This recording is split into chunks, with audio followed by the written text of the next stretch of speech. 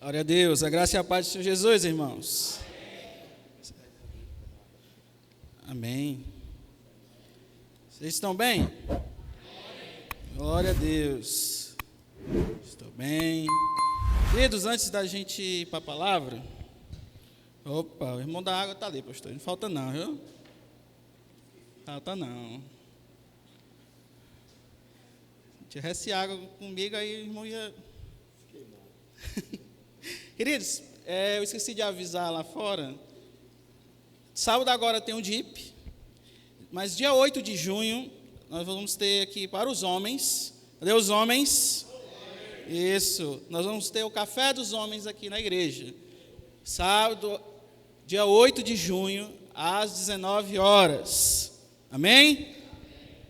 O tema desse café dos homens será o homem ou referencial. Amém? Coisa boa, né? Vamos ver.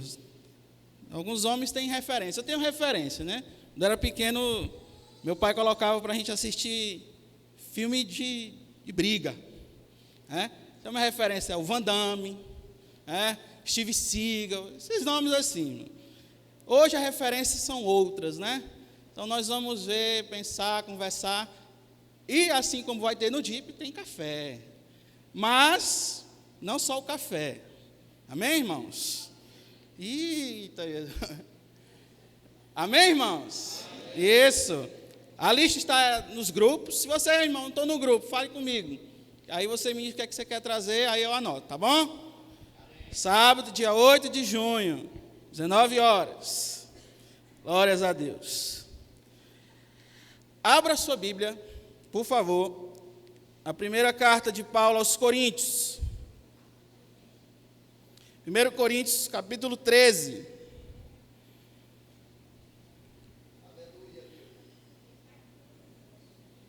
Essa ministração, estreiei ela lá no setor H, há um tempo atrás. Eu gostaria de trazer também para os irmãos, que a gente possa meditar na palavra de Deus, aquietar o nosso coração. Amém? Você está preparado para muita leitura? Amém. Nós vamos ler o capítulo 13, o verso 13. Olha só. 1 Coríntios 13, 13. Glórias a Deus. Amém? Podemos ler? Amém. Diz assim a palavra de Deus. Agora, pois, permanecem a fé, a esperança e o amor, estes três. Porém, o maior destes é o amor. Vamos de novo. Agora, pois, permanecem a e o estes três. Porém, o maior destes é o glórias a Deus. Pai eterno, Pai querido, nós te damos graças, pois estamos dentro da tua casa, reunidos no meio do teu povo, e o Senhor é a razão pela qual nós estamos aqui nessa noite. Não é ninguém, não é nenhum homem, não é nenhuma mulher, é o Senhor Jesus, é a causa de nós estarmos aqui, é o Senhor que nos traz até aqui, é o Senhor que nos prende a nossa atenção e a nossa vida no meio da tua igreja, Pai. É o teu Santo Espírito que une esta igreja. E através do teu Santo Espírito nós te clamamos para que o Senhor possa ministrar aos nossos corações essa noite, pois aguardamos a ouvir a tua voz, Pai, no nome de Jesus, amém, glórias a Deus. Aplauda o Senhor mais uma vez, queridos. Glória a Deus. Meus irmãos, Paulo está escrevendo aos Coríntios, amém? E os Coríntios, eles têm duas coisas nesta igreja. Primeira coisa, eles têm os dons, muitos dons, todos os dons. E outra coisa que os coríntios têm são os problemas. Os coríntios têm muitos problemas. Então, Paulo, ele escreve este trecho, escrevendo algumas virtudes que contém em todas as cartas de Paulo. São chamadas por alguns teólogos de virtudes cristãs, que é a fé, a esperança e o amor. Isso, você pode ler outras cartas de Paulo que vai estar lá também contigo. Alguns vão estar nesta sequência, outros vão estar distribuídos e comentados por Paulo. Mas as virtudes cristãs, elas estão contidas na carta de Paulo, que ele entregava às igrejas ou aos seus filhos na fé. Amém? Qual o intuito de Paulo de lançar estes ensinos, como foi a abertura aqui, perseverar nestas doutrinas, para que a igreja pudesse ter maturidade. Repita comigo, maturidade. Isso. Tem algum crente que deseja ter maturidade aqui, meus irmãos? Amém, né? Pode levantar a mão, queridos. O pregador também precisa ter maturidade, viu? Não tenha vergonha, não. Então, Paulo vai lançar estas palavras para as igrejas, para ter maturidade. Porque os dons tinham muitos, todos. Mas havia muita confusão, porque não havia a maturidade no meio do povo. Então, esses três conceitos aqui são chamados de virtudes cristãs, ou, como eu estou no meio de um povo seleto, um povo intelectual, são as virtudes teologais. Amém? Olha só, como vocês são chique. Virtudes teologais. Então, nós vamos estudar hoje sobre as virtudes teologais. Amém? A primeira virtude é a fé. Paulo fala, agora, pois, permanecem a fé. Falar de fé no meio do nosso povo, se trata logo do texto que está lá em Hebreus 11, que diz, ora, a fé é a certeza das coisas que se esperam, é a convicção de fatos que não se veem. Ou a NVT diz, a fé mostra a realidade daquilo que esperamos, ela nos dá a convicção de coisas que não vemos. Então, falar de fé no meio do nosso povo, o Brasil, pode parecer até fácil, não é? Porque existem contextos de fé dentro do nosso povo. E a fé do Brasil, ela é constituída por um meio religioso de muitas questões e de muitos pontos. Nós iniciamos a nossa religião, digamos assim, em um tipo de fé que descende primeiro dos indígenas. Amém? O Brasil tinha só índio antes. Amém? Você estudou isso, não estudou, meu irmão? Irmã, você sabe o que aqui eram os índios. Dentro do nosso meio aqui tem povo descendente de índios, você sabia? Aqui na igreja agora. Sou casado com um descendente de índio. Vocês não sabiam dessa, né? Está sabendo agora.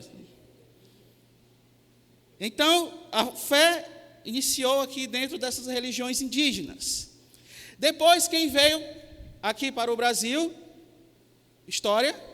Quem veio para o Brasil? Portugueses. Só o pastor estudou, meu irmão. Os portugueses. Quem foi que veio? Eu não vou perguntar o nome do homem, para não envergonhar os irmãos. Os portugueses vieram, amém, queridos? Então, qual foi o contexto que iniciou aqui com os portugueses? Contexto de uma religião católica agora, amém? Foi isso que aconteceu. Primeira coisa que ele fez foi uma missa. Eu sei que os irmãos sabem, os irmãos estão só com vergonha. Depois de constituída aqui, veio a escravidão. Nós vamos ver aqui na questão da África, no DIP. Veio a escravidão. Então, o povo negro lá da África trouxe também um contexto de religiões africanas. Amém? E depois, com os missionários, veio a fé cristã evangélica. Então, fé é esse bolo todo aqui que nós temos. Então, falar de fé, pensar em fé, para um brasileiro, é comum, porque ele entende isso. Mas não é tão simples, e é muito complexo até. Porque qual é a fé que nós estamos pregando para eles? Qual é a fé que eu desejo passar para alguém? Qual é o contexto de fé que eu vou analisar? Qual é a regra que eu vou medir a fé verdadeira? Aí já fica um pouco mais complicado, né, irmão? Então, fé, e olha para o nosso país, é um país de fé, A gente não pode negar. Por mais que tentem, nós não podemos negar isso. Olhe para os nomes das cidades. Olhe para os estados. São Paulo, Espírito Santo, as cidades, Santos, muitas cidades. Olha os monumentos. No Rio de Janeiro tem o Cristo Redentor. Então, há um contexto religioso no Brasil.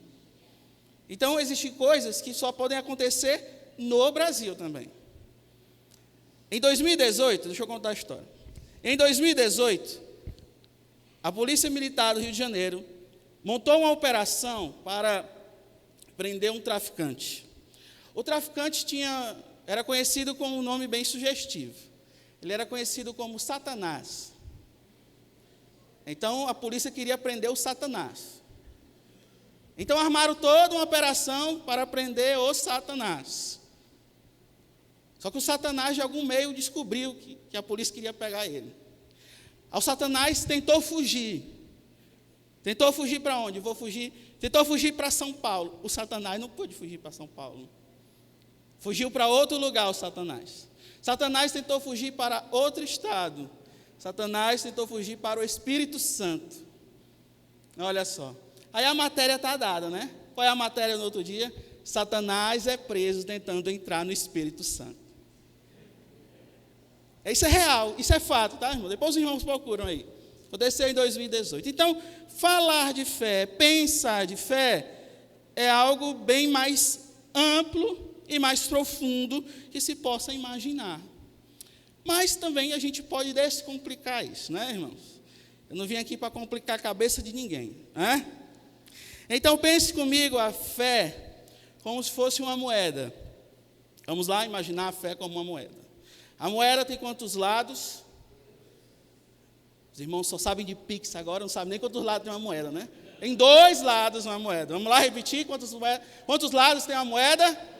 2. Os irmãos só sabem Pix agora, não sabem mais, nunca viu uma moeda mais. A questão do gasofilaço fica faltando moeda. Então, pensa na fé como uma moeda de 2 lados, amém? Qual é o primeiro lado da fé, que a Bíblia retrata? A Bíblia retrata a fé como uma confiança, amém? Confiança. E nesse sentido, os cristãos não são os únicos que têm confiança em alguma coisa. Alguns confiam em astrologia, né? Quem conhece alguém assim? Nossa, o sol está desse jeito aqui, então a minha vida não está tão boa. O sol, a estrela, a lua, e dentro da astrologia tem a questão dos horóscopos, né? O pessoal não sai de casa sem antes ouvir qual a cor que tem que sair. Nossa, Samantha Marques disse que eu tenho que sair de verde. Vocês sabem quem é Samantha Marques, que eu sei. Vocês conhecem quem é Samantha Marques. Então, ela falou que eu tenho que sair de amarelo, porque hoje a minha cor é amarelo. E se eu sair de verde, a minha vida hoje vai estar ruim. Então, alguns confiam nisso, na astrologia, no horóscopo, né? Outros confiam e colocam e depositam a sua confiança nas boas obras, são o caso dos espíritas. Não, se eu fizer o bem, se eu ajudar, se eu andar um pouquinho na regra, aí a vida vai ser boa para mim. Porque o universo vai conspirar para ser bom para mim. Alguns confiam nisso. Em outro ponto, até os ateus têm fé.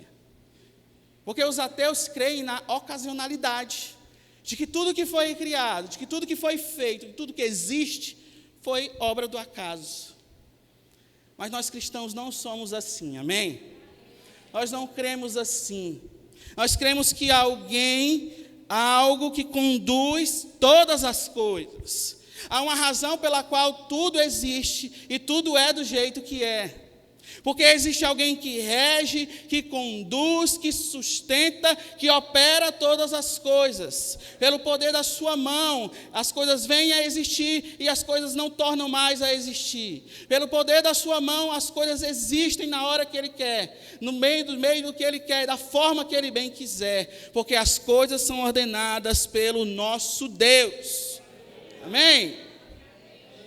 Então, alguns podem confiar no que eles quiserem, mas nós não. E aí o Salmo 20 entra para nós. Uns confiam em carros, outros em cavalos, mas nós faremos menção ao nome do Senhor, o nosso Deus. Glória a Deus. Aleluia, Jesus. Então, o lado da moeda é confiar. Confiança. Confiar está ligado, queridos, a entregar e sossegar. O que é completamente difícil para nós. É ou não é? A gente tirar este controle da situação das nossas mãos e colocar diante do nosso Deus e sossegar é um ato muito difícil. Por isso que é um ato de fé, de confiar no Senhor. Salmo 37, verso 5. Vamos lá, Samira, trabalhar. Conhecidíssimo. Entregue o teu caminho ao Senhor, confie nele, e o mais ele fará. Entregar e confiar aqui está na mesma relação de palavras. Confia, irmão. Entrega ao Senhor. Confia no Senhor de entregar a tua vida, os teus problemas, as tuas lutas. Confia porque a gente tenta, por um pensamento às vezes errado, de querer fazer, não, eu vou fazer até onde eu puder e depois é com Deus. Não. Até onde você puder, entrega para Deus. Até onde você puder, deixa com Deus. Vai com Deus, confia em Deus, entrega a Ele. Porque todas as coisas dependem somente do Senhor e não de nós. E a Bíblia entra em choque com todas as religiões aqui. É por isso que a Bíblia e este tipo de fé é a verdadeira. Porque as outras religiões dizem que tudo depende de nós. Mas a Bíblia coloca como tudo depende de Deus. E tudo depende dEle somente. Porque se Ele quiser, o cego, ele volta a enxergar. O coxo volta a andar. O leproso é curado. Se Ele quiser, as coisas acontecem da forma mais soberana. Porque assim como nós cantamos, Ele é soberano. Louvado seja o nome de Deus. Mas existe o outro lado da moeda, amém? A confiança é um lado, e o outro lado da moeda é fidelidade. A palavra fé e a palavra fidelidade, ela tem a mesma raiz, é a mesma palavra. Então, nós temos também que ter uma fidelidade. E para falar de fidelidade, eu gostaria de falar de um carinha aqui. Eu gostaria de falar sobre John Bunyan. Quem já ouviu falar sobre John Bunyan? Glória a Deus. Glórias a Deus. John Bunyan, lá longe, vamos voltar alguns séculos, na década de 1660, né? O rei Carlos II, ele sobe ao poder novamente na Inglaterra. E algumas coisas acontecem. A igreja-estado, ela é restituída. O que é a igreja-estado? E está muito perto do DIP, né? E existem alguns países de linha comunista que eles adotam esse termo sobre a igreja-estado. A igreja, ela é comandada pelo Estado. Isso lá na Coreia do Norte, na China. Por muitos lugares não podem ter igreja, não podem ter cristãos, são perseguidos. Mas nesses lugares existem igrejas. Só que essas igrejas são só para dizer que tem. Porque elas são comandadas pelo Estado. Então as ministrações são revisadas pelo Estado. As palavras que são revistadas são todas alinhadas conforme o querer e o mandato deste governo. Então a igreja-estado foi restituída lá. Os cultos públicos, como nós estamos tendo agora, foram proibidos. Não vai ter mais culto. O conteúdo das mensagens era verificado. 2.000 pastores foram expulsos dos púlpitos dessas igrejas. Igrejas foram fechadas e os pastores foram proibidos de morar pelo menos 8 quilômetros ao redor de qualquer vila ou povoado. Então, fechou-se a igreja e os pastores foram retirados do meio do povo. E John Bunyan era um dessas pessoas, um desses pastores. O que ele pensou? Tiraram a igreja. Aí ele começou a pregar nas ruas. Preciso daqui. Eu preciso só chegar perto do povo. E o povo estão nas ruas. E ele foi pregar nas ruas. E ele começou a ministrar nas ruas. E a polícia prendeu John Bunyan. Prendeu ele. Por vezes, deram a ele. Ele ficou 12 anos preso. 12 anos na cadeia. Por pregar o evangelho de Deus. Então, por muitas vezes, esta fidelidade dele foi testada. Por muitas vezes chegavam a ele e diziam: pare de pregar. Se você não pregar mais, você vai ser livre. E aí tem uma frase incrível que ele diz assim: se eu ficar livre agora, hoje mesmo eu estarei nas ruas pregando. Fidelidade a Deus. Fidelidade à palavra de Deus. Fidelidade à voz do Senhor. Porque muitas vezes, queridos, a nossa confiança ela está lá embaixo. O ato de perseverar e de continuar, às vezes é muito difícil. É ou não é? Ou é só comigo? Ah, Senhor, eu preciso continuar crendo, mas a minha mente ela não está conseguindo mais. Não há mais forças para ter esse ato mais de fé. E aí a gente vira a moeda. E a gente precisa ser fiel ao Senhor. E continuar fiel ao Senhor. Apesar da situação. Apesar da gente não ver nenhuma melhoria. Apesar da gente não ver nenhum tipo de mudança. E nenhuma luz de mudança. Nós continuamos sendo firmes no Senhor. Nas suas promessas. E é por isso que as promessas do Senhor estão aqui. Para esses momentos. Para continuarmos firmes e fiéis ao Senhor. E de pensar de que, Senhor, a luta pode ser grande, mas há uma promessa que diz que, apesar das lutas do tempo presente, não vão se comparar com a glória que há de ser revelada. De que aquilo que nem olho viu, e nem ouvido ouviu, e chegou ao coração do homem, aquilo que está reservado para mim, Senhor. É fé, é fidelidade à sua palavra, queridos. Assim como eu creio que muitos irmãos têm dificuldades e problemas aqui. E às vezes a nossa confiança está lá em cima, que a gente, rapidamente a gente já está no ânimo renovado. Mas quando não estiver, a nossa fidelidade, ela deve continuar no meio do Senhor.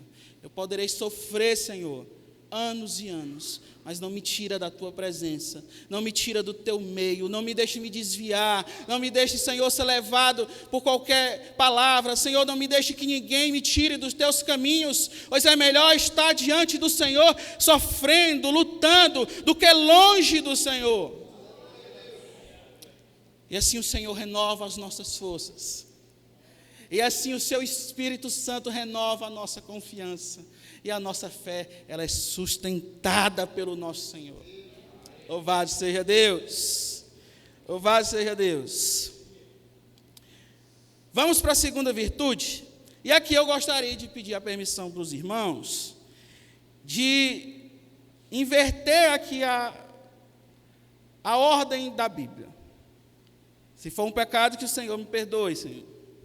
Mas eu gostaria de falar primeiro sobre o amor e deixar a esperança para o final. Amém, queridos? Vocês estão comigo? Pronto, Senhor, a igreja concordou. Se nós estivermos errados, todo mundo vai receber a punição. Glórias a Deus. Amor, repita comigo, amor. Glória a Deus. Vamos falar desse termo, dessa virtude cristã. Amém?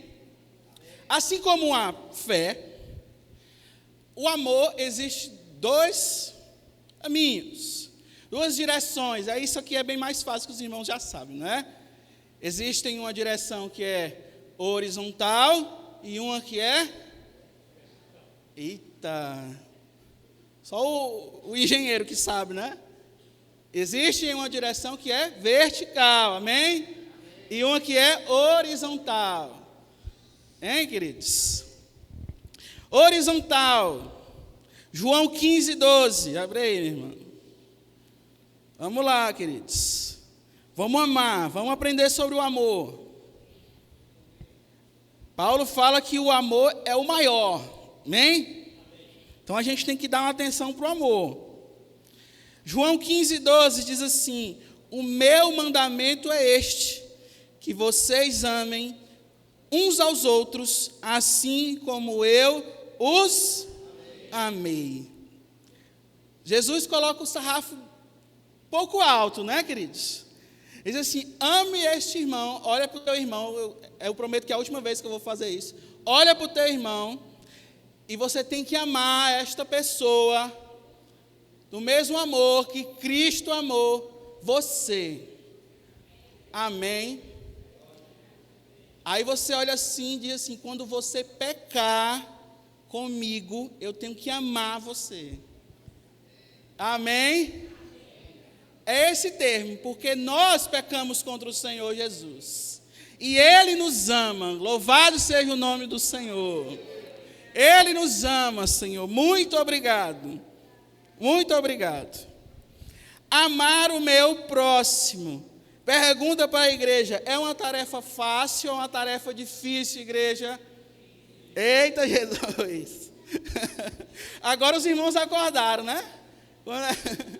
É uma tarefa difícil, né, queridos? E algumas vezes as pessoas fazem questão de dificultar a tarefa, né, querido? A tarefa já é difícil por si só, mas algumas coisas podem dificultar essa tarefa. Primeira coisa, as pessoas têm falhas. Amém? Você tem falhas? Diga assim: eu tenho falhas. Amém? Glórias a Deus. A minha esposa tem falhas. Eu creio porque a Bíblia diz. Amém? A Bíblia diz que tem, ela tem. Pessoas têm falhas, queridos. E não saber lidar com isso pode ser um problema na tentativa de amar o próximo. Ah, Jesus. Porque a nossa sociedade, ela começou a demonstrar o seguinte, de que tudo tem que ser perfeito, não é? Eu li um livrozinho que eu vou comprar só para ler de novo ele. Já li 3 vezes. Ele não é um livro cristão, ele é fininho. Ele se chama Sociedade do Cansaço. Alguém já leu esse livro? Opa. Levantaram a mão da criança. A mão da criança já leu o livro. Amém. Eita, Jesus. O que é que esse livro diz? Qual é o termo? Ele fala que a nossa sociedade está cansada, porque um dos termos que ele usa é uma sociedade do desempenho. Então nós temos uma irmã. A irmã, ela precisa ser a melhor esposa, a melhor mulher, precisa estar com a pele sempre bonita, o cabelo sempre bonito, precisa ser uma pessoa inteligente, precisa estar com um humor sempre bom. Pergunta: quem é que está assim, meu irmão?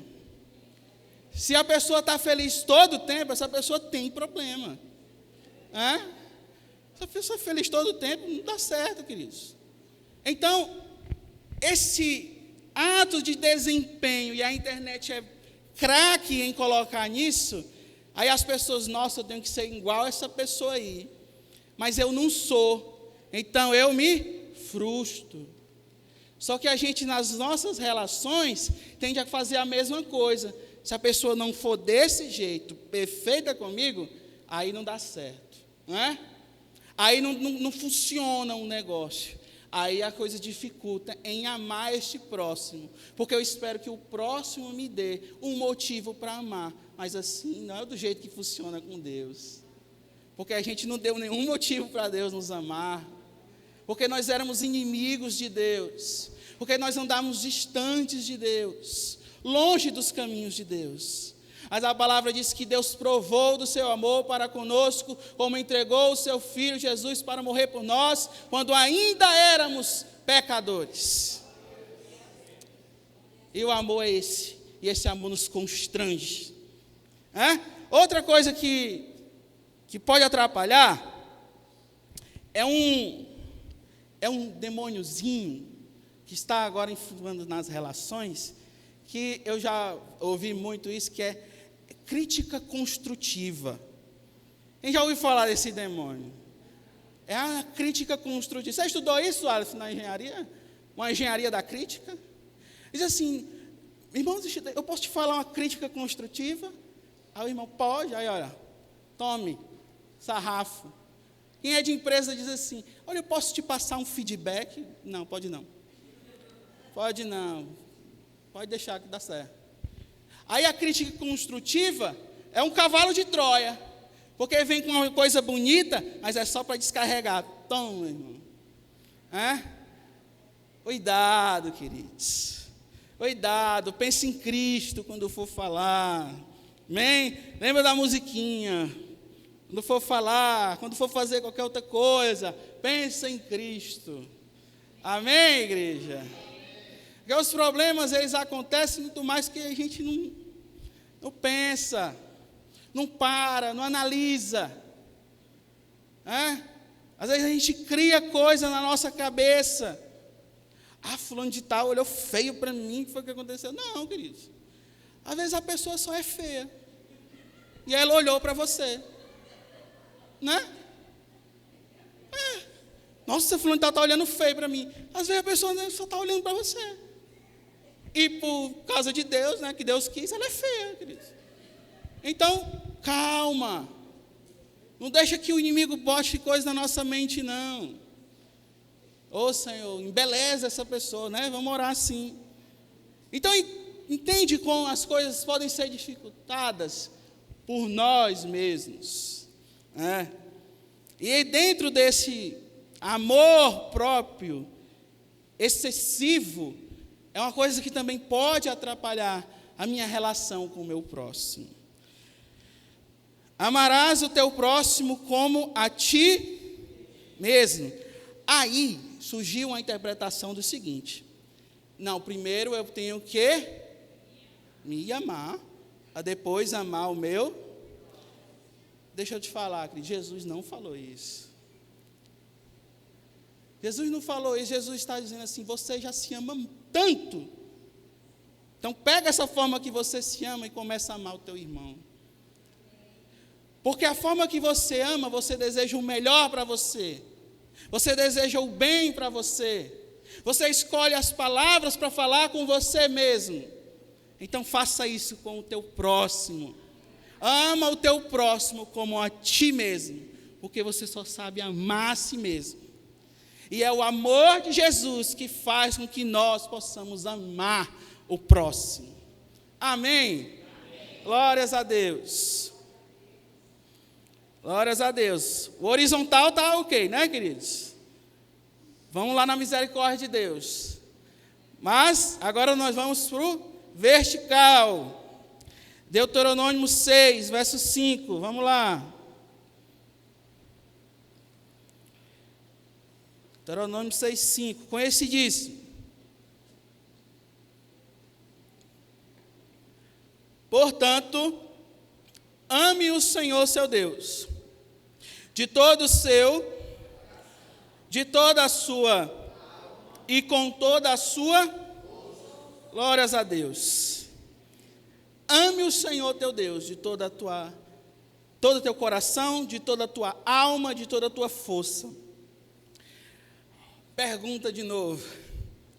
Alguma vez na sua vida cristã, você conseguiu fazer isso?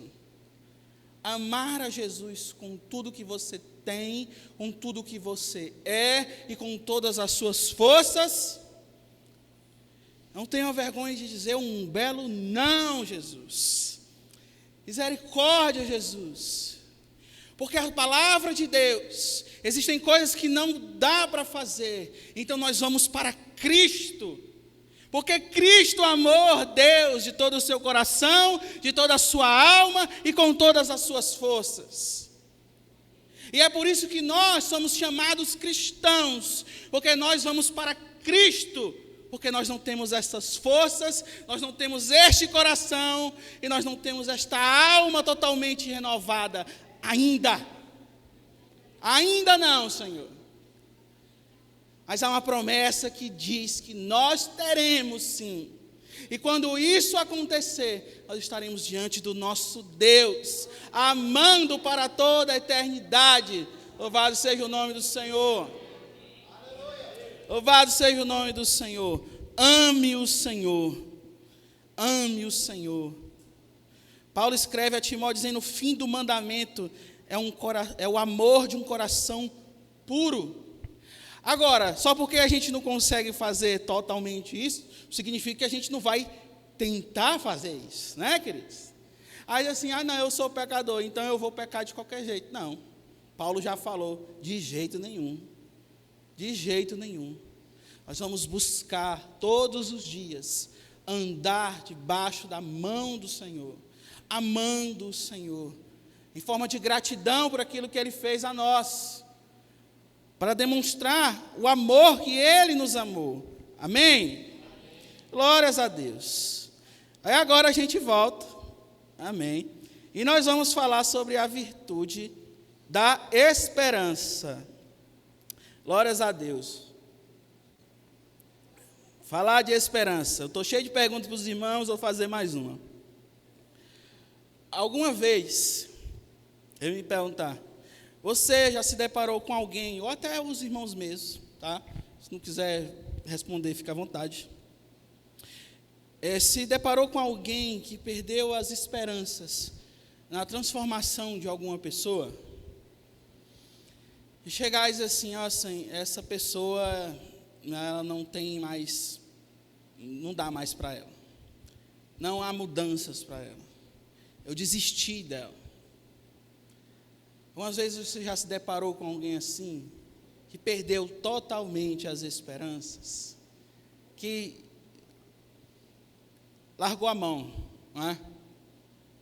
E essa esperança de uma melhoria, de algo que precisa ser renovado, é algo que era comum em outras épocas. Esse meio de achar que não há mais mudanças, ela é um mal do nosso tempo. Épocas passadas, as pessoas tinham ainda a esperança de uma melhoria de alguém, a esperança de ver alguém melhor, de ver alguém mudar, de ver a mudança na vida dessa pessoa. A desesperança é uma tragédia do nosso tempo. Para deixar mais claro para os irmãos, desde o tempo antigo, quando a gente para pouco e lê sobre alguns escritos de alguns filósofos, como Sócrates, como Platão, como Aristóteles, eles tinham esse conceito do seguinte: o homem comum, ele é fraco, ele é falho, ele é pequeno, mas nós buscamos que este homem seja melhor. Confiamos, buscamos e acreditamos ser capaz desse homem alcançar aquilo que eles chamavam sobre a ereté grega. De que esse homem pode ser melhor, de que esse homem pode alcançar um ponto de excelência. E é assim que eles falavam. Mas, qual foi o ponto que mudou para nós? Porque existia uma época de esperança, mas nós estamos em uma época de desesperança. Qual foi o ponto que culminou nisso? De mudança, de um mal para nós. Aí eu cito outro, e aqui eu sei que os irmãos já ouviram falar de Nicolau Maquiavel. Amém? Já ouviram falar de Maquiavel? Já ouviram o termo, é uma pessoa maquiavélica? Amém?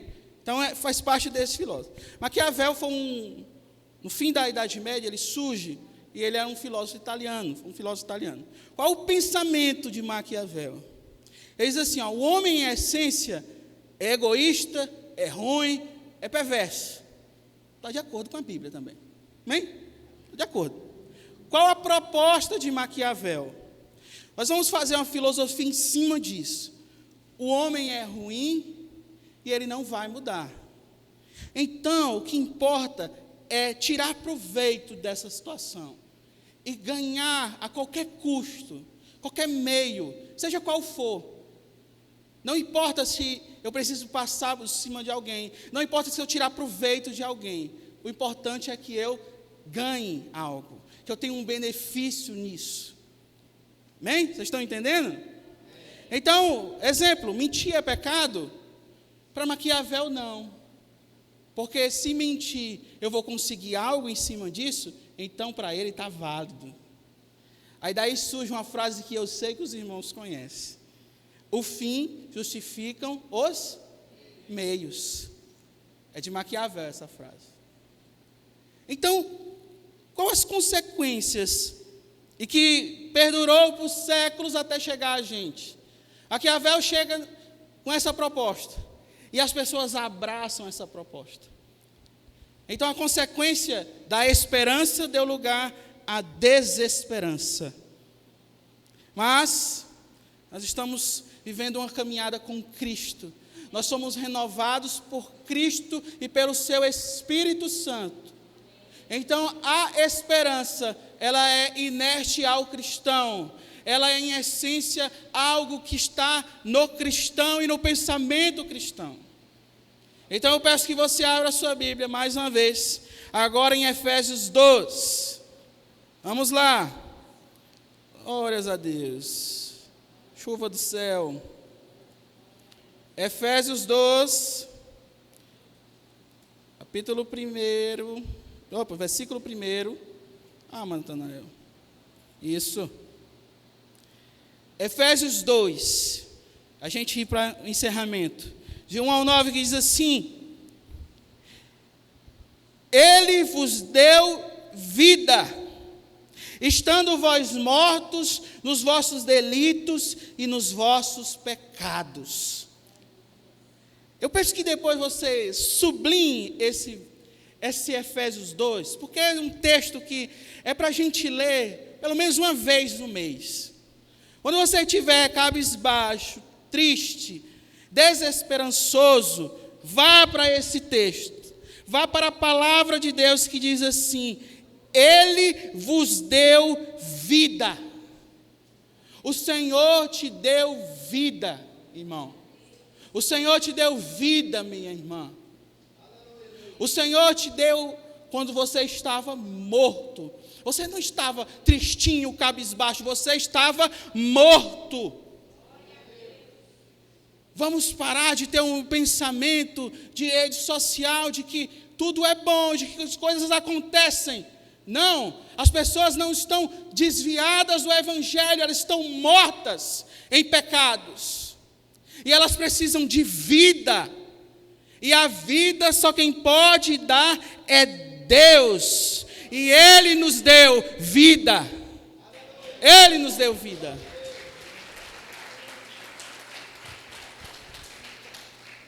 Nós estávamos mortos, mas o único capaz de nos dar vida nos deu. Louvado seja o nome do Senhor. Louvado seja o nome do Senhor. Ele nos deu vida quando estavam mortos nos vossos delitos e pecados, verso 2, nos quais andastes outrora, segundo o curso deste mundo, segundo o príncipe da potestade do ar, do espírito que agora atua nos filhos da desobediência, entre os quais também todos nós andamos outrora, segundo as inclinações da nossa carne, fazendo a vontade da carne e dos pensamentos. E éramos, por naturezas, filhos da ira, como também os demais. Paulo está falando aos Efésios. Paulo está dizendo: olha, vocês, ninguém queria Deus. Todos andavam distantes de Deus e corriam em direção oposta aos caminhos de Deus. Para longe de Deus, para longe do amor deste Deus e do seu Filho, para longe dos caminhos da bondade, da graça e da paz de Deus. E não somente isso, vocês amavam e estavam assim. Queridos, eu tenho aqui 10 anos que congregam nesta igreja. E eu sei da história de pessoas aqui. E eu sei de testemunhos aqui. E eu sei de pessoas que andavam distantes de Deus aqui, que estão aqui agora. De pessoas que não desejavam estar na presença de Deus. De pessoas que detestavam ouvir sobre Deus. Que estavam distantes do Pai. E andavam a passos largos para o inferno, a condenação, a ira de Deus. Mas então, o verso 4 chegou para nós. Louvado seja Deus. Mas Deus, aleluia, mas Deus, sendo rico em misericórdia, por causa do grande amor que nos amou, mas Deus, o mas de Deus chegou a nós. O mas de Deus salvou a tua vida da ira deste Deus. O mar de Deus e a misericórdia dele te tirou deste pecado, te colocou no caminho do seu amor, do Filho do seu amor. Louvado seja o nome do Senhor. Louvado seja o nome do Senhor. Mas Deus, oh queridos, esse é um texto para a gente ler só, para que a gente possa pensar e chorar, né? Porque esse mas é onde a esperança está. É neste mas que contém a esperança do cristão. É neste mas em que a mudança para os alcoólatras, para o perdido, para o depressivo, para o ansioso, para o cabisbaixo, para o triste está. É neste mas de Deus. Mas Deus, Ele não olhou e não quis nos condenar, Ele entregou o seu Filho para nós. Ele entregou o seu Filho para morrer por nós. Então, faz um exercício comigo e pensa que é Paulo que está escrevendo isso aqui. Amém? E olha a história de Paulo, perseguidor da igreja. A Bíblia fala que Paulo, o coração e a boca de Paulo, ele tinha sangue para perseguir a igreja. E ele entrava nas casas, arrastava as pessoas para fora e matava, assim como nós vamos ver. Matava os cristãos, assassinava o povo de Deus. Paulo estava lá quando Estevão foi morto. Paulo fez mais com vários cristãos. E Paulo estava com um gosto de sangue na boca. Tenho que perseguir, tenho que matar este povo, tenho que aniquilar este povo. E Paulo vai para Damasco. E o mas de Deus encontra Paulo em Damasco. E o mas de Deus derruba Paulo deste cavalo. E o mas de Deus vai dar luz para Paulo e o cega deste mundo. E o mas de Deus renova as forças de Paulo. E o mas de Deus transforma Paulo no maior apóstolo, no maior plantador de igreja, no maior pregador do evangelho de Deus. Agora se coloque nessa trajetória. Nós estávamos longe de Deus, perdidos, sozinhos, amando o mundo e o que o mundo tem a oferecer. Mas aí nós viemos e o mas de Deus se chega a nós, louvado seja Deus. E o mas de Deus nos tira esta visão do mal, do mundo, e nos coloca agora uma visão eterna de Deus. E nós agora, Deus, eu não quero sair deste caminho, eu não quero mais ir para onde eu estava, eu agora tenho a luz na minha vida, eu desejo estar com Deus. Louvado seja o Senhor, louvado seja o Senhor. Oh Deus, Jesus, vamos continuar lendo. Vamos. Estando nós mortos em nossos delitos, nos deu vida juntamente com Cristo. Pela graça sois salvos. E juntamente com Ele nos ressuscitou e nos fez assentar nos lugares celestiais em Cristo Jesus, para mostrar nos séculos vindouros a suprema riqueza da sua graça em bondade para conosco em Cristo Jesus. Porque pela graça sois salvos mediante a fé, e isto não vem de vós, é dom de Deus, não de obras para que ninguém se glorie, pois somos feitura dele, criados em Cristo Jesus, para as boas obras, a quais Deus de antemão preparou para que andássemos nelas. Cristo não apenas nos salvou, o que é extremamente bom, gracioso para nós. A Bíblia fala que agora nós somos herdeiros e co-herdeiros com Cristo. Pensa naquele que é um inimigo. E agora nós éramos inimigos de Deus. E depois nos tornamos servos do Deus Altíssimo. Mas pela fé nós viramos filhos do Deus Altíssimo. E agora nós estamos em um lugar de ser co-herdeiro com Cristo. O que o meu problema pode chegar em comparação com isso? O que a minha luta pode chegar em preparação com isso? Eu não quero dizer que não dói, queridos, a nossa luta dói, não é? Nós sofremos. Não tenha medo de dizer que você sofre. Não, sofremos. Passamos por dificuldades. Mas aí o Senhor nos leva a isso. Dizer, eu sou co-herdeiro com Cristo.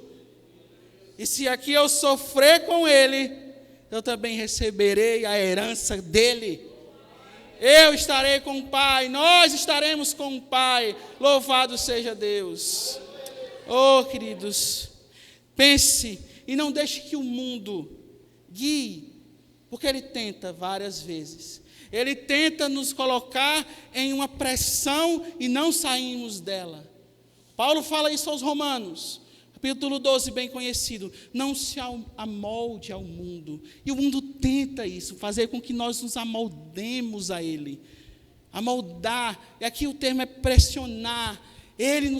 O mundo nos pressiona para colocar em uma situação de desesperança, de que não há mais saída para nós, de que não há alternativa para nós.